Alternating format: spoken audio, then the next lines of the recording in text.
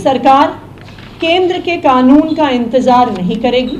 जिस प्रकार से प्राइवेट स्कूल्स को एक कानून के तहत रेगुलेट किया जाता है, जिस प्रकार से प्राइवेट हॉस्पिटल्स को, नर्सिंग होम्स को एक कानून के द्वारा रेगुलेट किया जाता है, उसी तरह से दिल्ली सरकार, अरविंद केजरीवाल जी की सरकार एक कानून लेकर आएगी।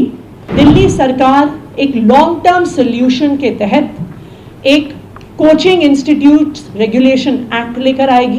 दिल्ली में जहां पर भी कोचिंग सेंटर्स बेसमेंट में क्लासेस चला रहे हैं, कोचिंग सेंटर्स इलीगली बेसमेंट में लाइब्रेरी चला रहे हैं, उन पर भी पिछले 3 दिन में सख्त कार्रवाई हो रही है।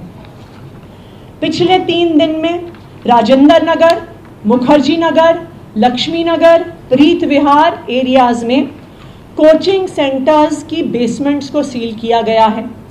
30 ऐसे बड़े बड़े कोचिंग सेंटर्स हैं जिनकी बेसमेंट सील हुई हैं, जिसमें दृष्टि IAS, बाजीराव, श्रीराम, संस्कृति एकेडमी, IAS गुरुकुल शामिल हैं। इसके अलावा 200 और कोचिंग सेंटर्स को नोटिस दिए गए हैं और आज भी बेसमेंट्स की सीलिंग जारी रहेगी। लेकिन मैं दिल्ली के लोगों को ये भी बताना चाहूँगी कि चाहे बेसमेंट की सीलिंग हो, चाहे ड्रेन पर से इंक्रोचमेंट हटाना हो, ये सारे शॉर्ट टर्म मेजर्स हैं। क्योंकि अगर आप देखिए, देश के अलग अलग हिस्सों में, चाहे वो दिल्ली हो, चाहे बॉम्बे हो, चाहे बेंगलोर हो, चाहे कोटा हो, देश भर से इन कोचिंग हब्स में स्टूडेंट्स कोचिंग के लिए आते हैं। चाहे वो JEE नीट की कोचिंग हो, चाहे वो CUET की कोचिंग हो, चाहे वो IAS की कोचिंग हो, चाहे वो बैंक के एग्ज़ाम्स की तैयारी हो, चाहे वो NDA के एग्ज़ाम्स की तैयारी हो।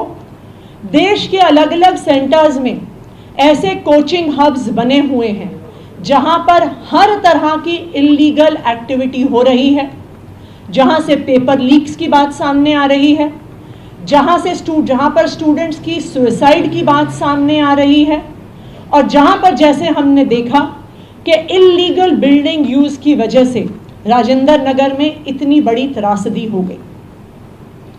इसके लिए हमें उम्मीद थी कि इतना बड़ा इंसिडेंट होने के बाद और ये इतनी बड़ी कोचिंग इंडस्ट्री देश भर में होने के बाद केंद्र सरकार कोचिंग इंस्टीट्यूट्स को रेगुलेट करने के लिए कोई कानून लेकर आएगी।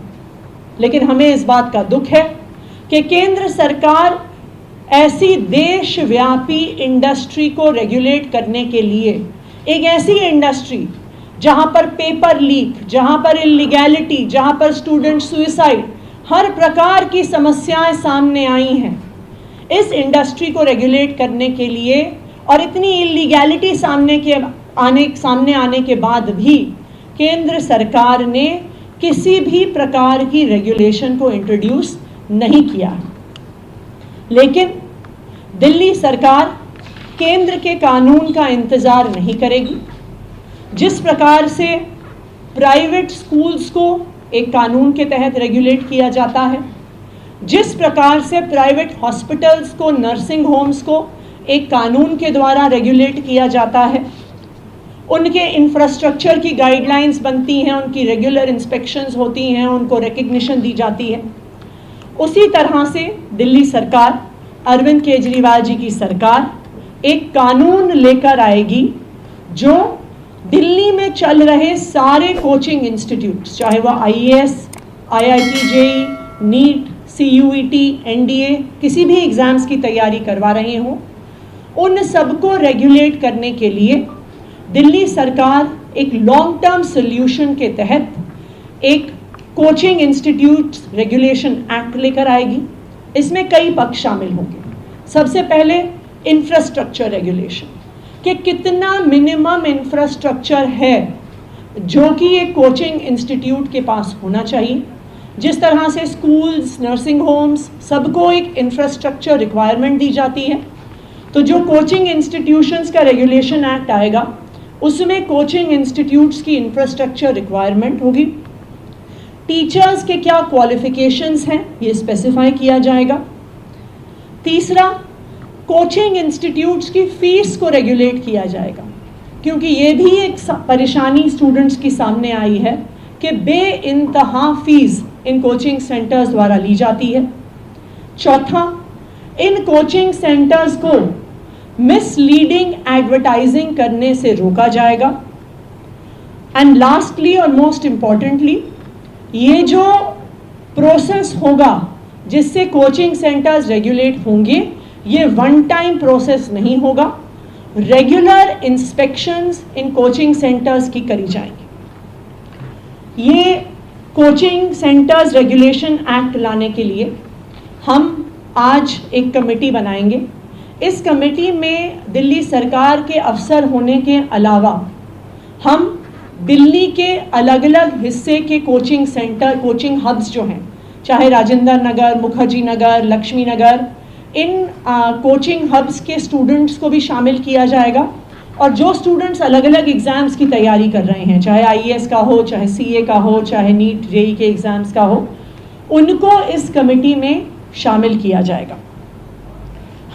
हमने एक ईमेल एड्रेस भी इसके लिए बनाया है कि हम पब्लिक का फीडबैक इस कानून पे ले सकें, क्योंकि ऐसा कानून बनाने के लिए सबसे ज़रूरी है उन छात्रों का फीडबैक लेना जो छात्र इस कोचिंग प्रक्रिया से गुजर रहे हैं या जो छात्र इस कोचिंग प्रक्रिया से गुजर चुके हैं।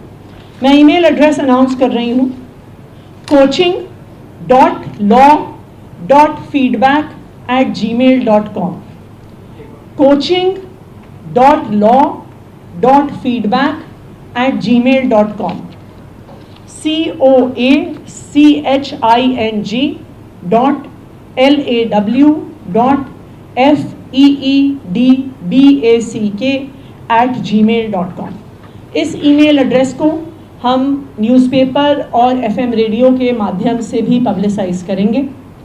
मेरा दिल्ली के सभी लोगों से ये अपील है और ख़ासकर के छात्रों से ये अपील है कि आप अपना फीडबैक ज़रूर दीजिए।